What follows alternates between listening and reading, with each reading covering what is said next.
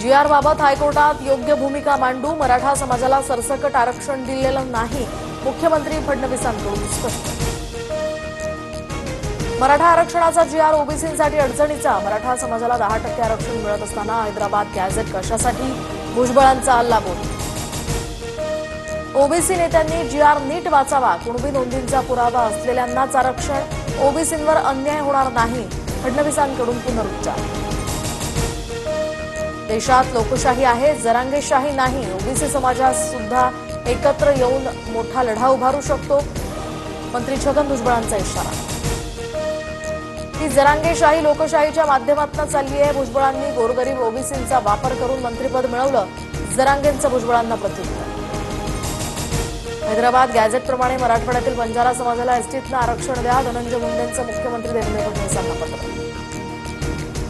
ठाकरेंच्या मुंबईतील आमदार आणि खासदारांची आज 11 वाजता मातोश्रीवर बैठक, तर ठाकरेंच्या शिवसेनेच्या जिल्हाप्रमुखांची सुद्धा आज बैठक होणार. मनसेसोबत युती करण्यासाठी उद्धव ठाकरे कोणत्याही गोष्टीला तयार आहेत, बाळा धनगावकरांचा दावा. तर ठाकरेंची शिवसेना महाविकास आघाडीतनं बाहेर पडल्यास काही नुकसान होणार नाही, चंद्रकांत खैरेंचं भाष्य.